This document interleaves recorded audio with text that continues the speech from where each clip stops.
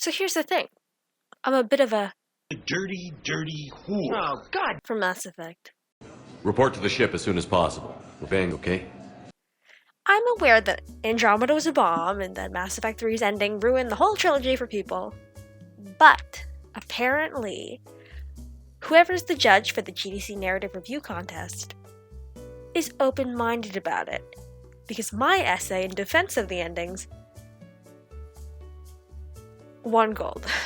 But then coronavirus happened. So here I am, sharing my ideas instead of leading industry professionals with you. Anyway, this video is basically my attempt at adapting my essay into a video essay format. And by video essay, I mean like me just talking incoherently. So, haha.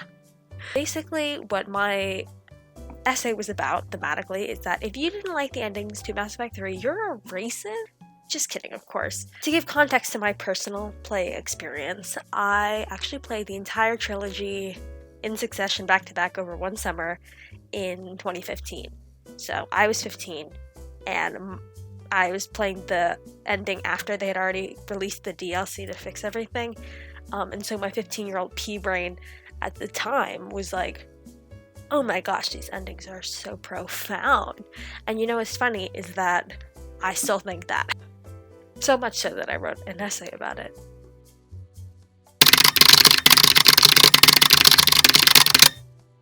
So my initial reaction, as many, was to pick the destroy ending, because not only could my Shepard have survived, but also because Daddy Anderson told me to. We did it. Yes, we did. Oh, that's hot. That's hot. I'm not a cold-hearted savage, so I played Paragon.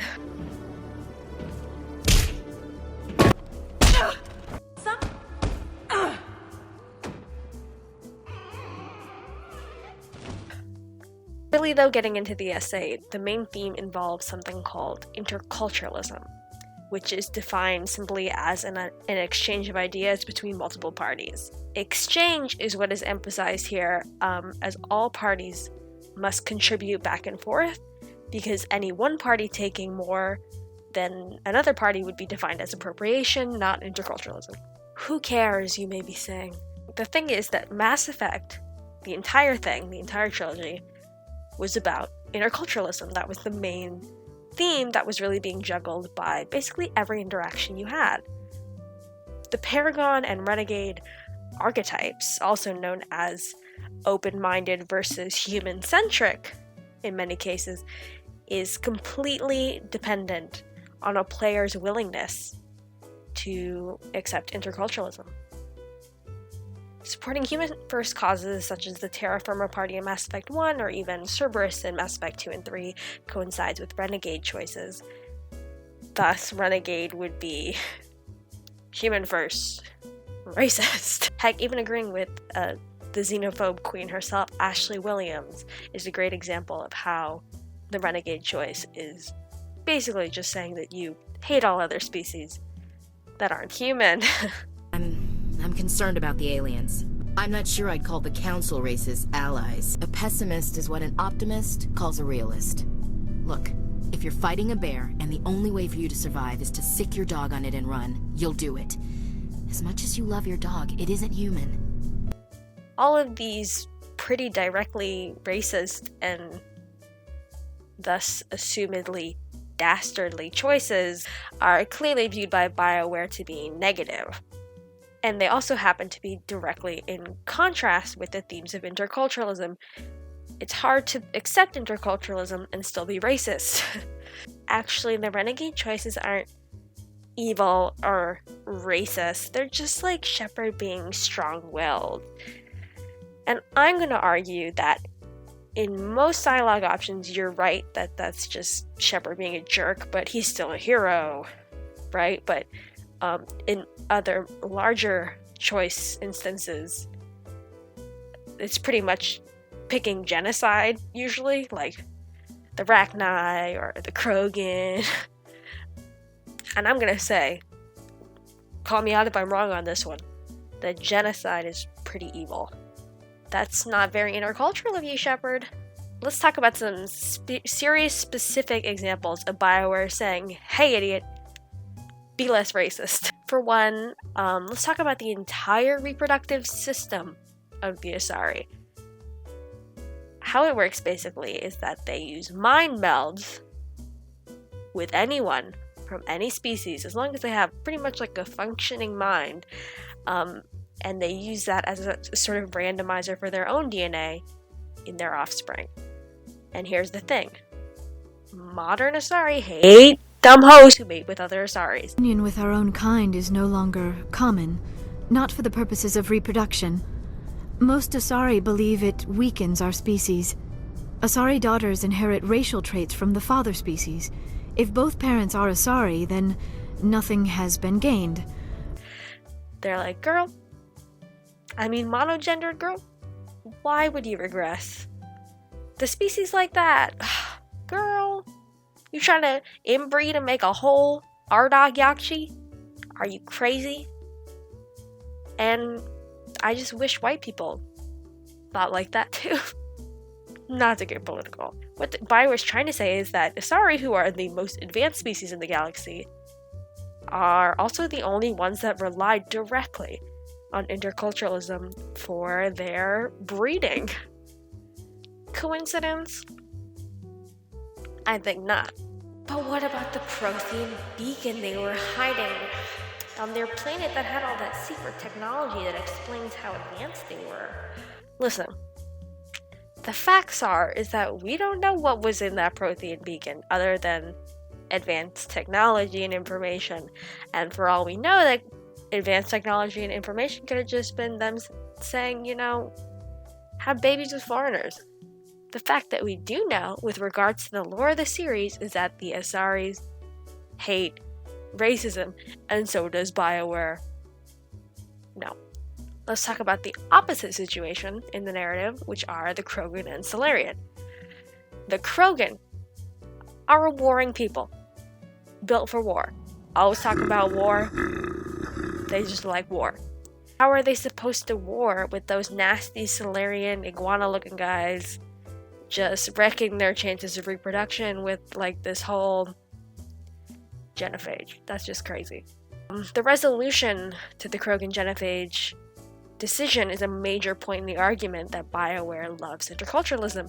The Paragon, or classically good choice, involves the player convincing Morden to cure the genophage that he created because he feels remorse after seeing the effects of his science on the species, especially after getting to know the members of the species personally, if not Rex, because you were too much of a weakling to convince him to stay in your party, then certainly at least Eve.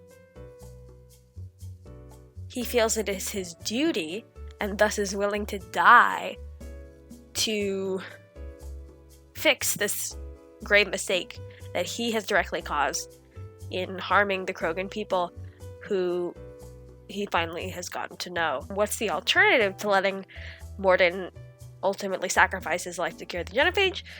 His death and the presumed death of the entire Krogan populace. This isn't just Morden's choice either. This is also dependent on Rex's willingness to be open. Or if not Rex, I guess whoever that guy is who's not Rex, who is fake Rex if you killed Rex. It's up to his willingness to change and accept help from another species, especially a species that wronged him. But this is the power that BioWare places on Shepard, and thus the player, to facilitate this intercultural interaction and to decide whether or not the two species together progress or regress. I should have called it, instead of Paragon and Renegade, progress or regress. A similar example to that would be in the resolution of the Quarian and Geth conflict, wherein the rewarded responses to the end of the conflict, this time both Renegade and Paragon versions of it, result in saving both species and their eventual evolution into one stronger and symbiotic relationship on Brannock. That would definitely have been much worse off if not having unlocked these extra options through dialogue. And I know this whole time I've been saying that if you pick any Renegade choice, then you're an evil bastard. But here's the thing about this choice is that there's a standard Paragon and a standard Renegade choice, but then there's the specially unlocked Intimidate and Charm options, which are an exception to my general Renegade is an evil bastard rule, because it's BioWare's attempt at rewarding the player in character, but nonetheless rewarding, kindly or firmly. And this is only given after the player earns enough reputation points in other dialogue trees by speaking to enough people throughout the series. By giving the survival of both species as a reward for engaging in dialogue, BioWare is further insinuating that the survival of all species is a reward and that death is a punishment. For a lot of BioWare characters, they are the commodity, really, in BioWare games, and thus the elimination of one, such as Morden previously, or in this case, either Tali or Legion, are seen as punishments for not unlocking the good, or in this case, best or most rewarding option. This kind of idea of BioWare rewarding better outcomes for conversation engagement and punishing for a lack of care to unlock the points, or by making just straight up evil choices, segues into the major point of the essay, which is that the dialogue system itself fundamentally promotes intercultural exchange. Interculturalism is exchange of not just goods and services, but also thoughts and ideas. Conversation, coincidentally, is a means by which we, not just humans, but in this case, all living things that communicate, are able to exchange thoughts and ideas on even the most theoretical level. The conversation and dialogue mechanic of Mass Effect, to converse freely with other species, thus directly engage in interculturalism as a core gameplay mechanic. Conversing as much as you can, and therefore gaining as much insight into other species as you can, is rewarded with reputation points. These reputation points are rewarded with more dialogue options, which reward you with more reputation points, and on and on and on. This is what we call the core gameplay loop in game design. So this is like big brain gamer stuff. The BioWare's pulling here, they're real gamers, so they know how to make you they know how to gamify making you less racist. Isn't that crazy? There is criticism to be had in the stark contrast thematically between the two gameplay modes of conversation and combat. Obviously, conversation is promoting interculturalism and exchange and free thought and all these lovely hippy-dippy things, but then you have combat sequences in between, right? It goes back and forth between conversation and combat, and the combat is clearly against interculturalism because one party is clearly suffering here, which is not the point of interculturalism. I wouldn't call it appropriation either. I'd just call it maybe not good. Not an exchange of ideas, it's an exchange of bullets. Whoops. But ultimately, the combat serves a thematic purpose, in a sense, or at least it should, in fighting the ultimate threat, which are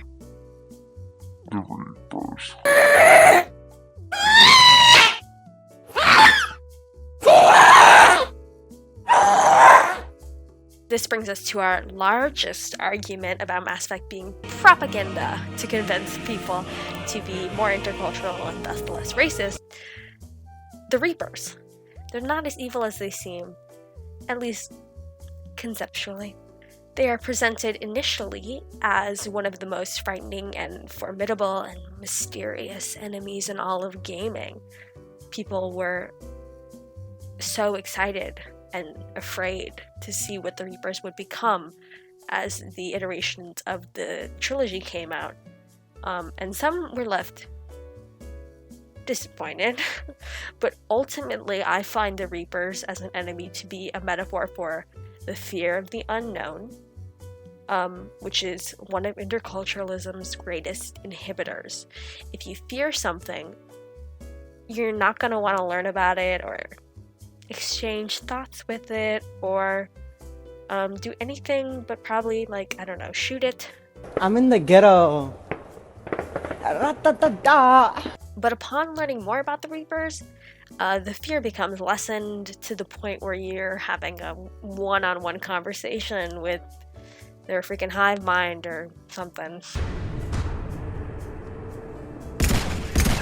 So be it. Nobody belongs anywhere. Everybody's gonna die. The Reapers are a massive, ancient species of machine organic hybrids who have, over the course of all of galactic history, basically wiped out species at their apex by melting the species in question into their life essence. Nice. Against their will and converting them into a new Reaper. This reproduction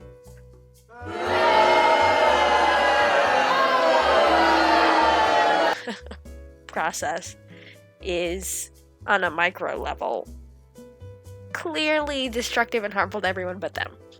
The species that they eliminate, no doubt, have a lot more potential to grow beyond their 50,000 year existences, given the chance. But on a macro level, the Reapers explain that technology will always lead to the species' demise anyway, so the Reapers eliminating them early and preserving them forever as another Reaper is actually kind of saving them and elevating them in a sort of cosmic mercy or something. It's pretty clear to anyone that that's a pretty presumptuous and probably very incorrect reason to kill billions of life forms, and I'm not defending cyclical genocide in any way. But here's the thing. They present choices about the outcome of the galaxy that we know and love at the end of Mass Effect 3 with an interesting moral quandary, thinking about them in terms of their thematic implication. I have always, for one, picked the destroy ending because Daddy Anderson told me to, but actually because it was the only choice where my beloved Shepard could survive and return to my beloved blue wife and have blue babies. Blue babies. Blue babies. I imagine many other players also picked destroy, if not purely because Anderson, who was always, the one who promoted the Paragon choice, recommended. Upon actually analyzing what I perceived to be this Paragon choice, I noticed a lot of interesting things about it. I assumed it was a Paragon choice because of Poppy Anderson's support of it, and Shepard survives, which whenever a character we love survives, that's perceived as a reward. And I saw my friends smiling, when you pick that choice, your love interest and all your dead friends smile at you, which is a reward, whenever you get character emotion or happiness. That's Bioware throwing me a dog treat, like the little emotionally starved dog that they've trained me to be in terms of character interaction. Yikes. But I always thought it was strange that the color choice was red and that you shoot at it, which are both very symptomatic of renegade choices traditionally. But then I thought, BioWare's just being clever and pulling an old switcheroo to try and make players go, ooh. So the Mr. EA was sitting there with a gun to the back of their heads and going, you better make this ending good. And they probably should have pulled the trigger. Here's the thing. I actually think that this choice, which seemed so Paragon for so long, was actually the thematical renegade choice. Here's why. Destroy leads to the organic species all surviving, but at the cost of progression. Remember that word that I associated with renegade choices before? Regression? Renegade? Regression?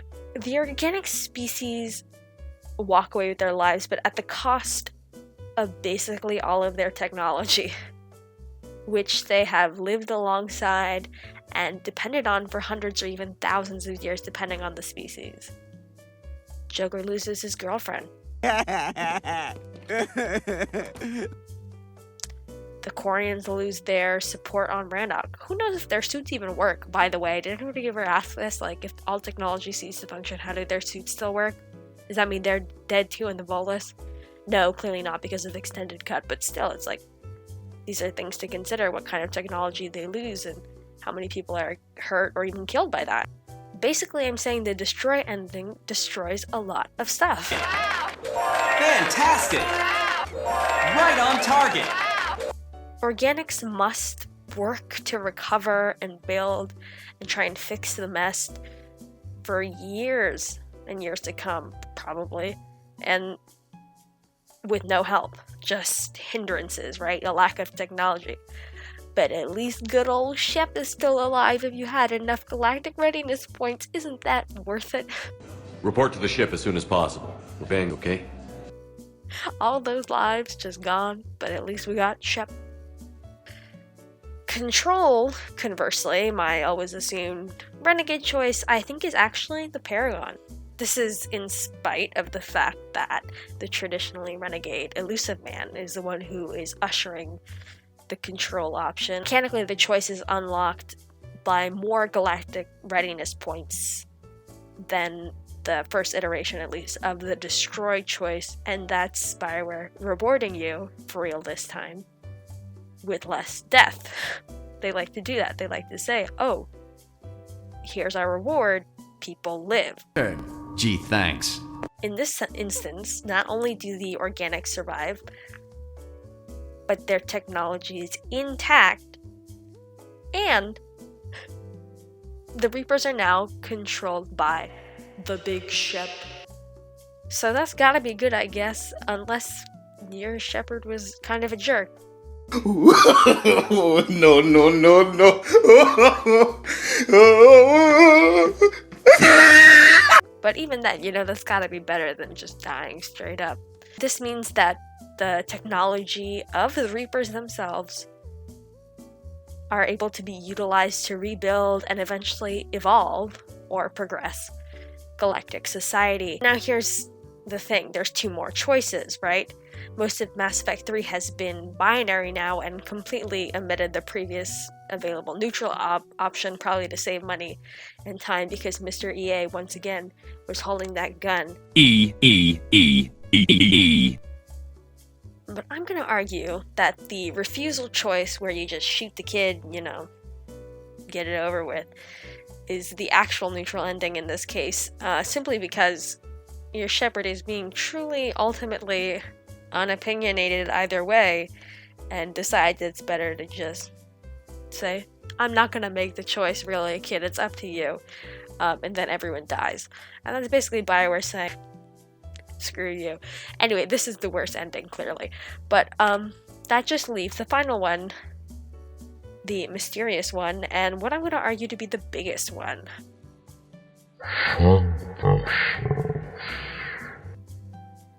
Is signified by the color green, a color that has no previous player associations in the game, like blue and red. But this choice is also signified by how you make it, which is a proverbial leap of fate. Sure, you're sacrificing yourself, but what is supposed to be theoretically for a greater good, beyond the binary good and bad that players find familiar in the series. All of this is no coincidence. Bioware made it the highest point threshold to unlock, and thus the highest reward, for a reason. This is, in my opinion, Bioware's vision of the true ending of the Mass Effect series. Synthesis is beyond simply coexisting, like the Paragon control ending. It is beyond learning and progressing. Synthesis implies a full and complete evolution for every being in the galaxy, organic or synthetic. Synthesis is a true and complete embrace of interculturalism, combining all beings into one genome to make the galactic whole free of the prejudices that would divide certain species or even organics and synthetics in terms of a genetic barrier. Joker and Edie become a sort of Adam and Eve of the new galactic way of life and reality, able to produce more together than it could ever before. All these species being connected genetically, they're able to think beyond their own ideologies and cultures while still retaining them. That's the important part, is that these are still a bunch of very different species who are now equal. This is the ultimate goal of interculturalism, as well as creating a more evolved, a more thoughtful, a more open-minded, and a more progressive eventual outcome for what is implied to be human society through mixing evenly of all species, right? Well, not species, of all ideological parties, saying that if we come together while still respecting that we are different, then we'll be better for it. And it seems like this was the point that BioWare was trying to make with this ending as the highest reward to their vision of the enlightened shepherd. The endings of Mass Effect 3, although clearly rushed in their execution, were, at least on paper, pretty dang cool. Unless you're a racist, I guess. But even then, there's really kind of a choice for you. Just kill them all. As a player, I will always find it hard to part with my shepherd in the end, but I understand what BioWare is ultimately trying to encourage in this series by making me think beyond my own culture and way of thought and association with even my own shepherd, by using sexy and not sexy aliens as a metaphor for foreigners that one may encounter in their real lives. Thank you, Mass Effect, for teaching me not to be racist. Thank you, BioWare, for making me look at the Blue Man Group in a way that I never had before. What? No, I did not mean to insinuate. I never meant to offend you, Shepard. I only meant that you would be an interesting specimen for an in-depth study. No, that's even worse.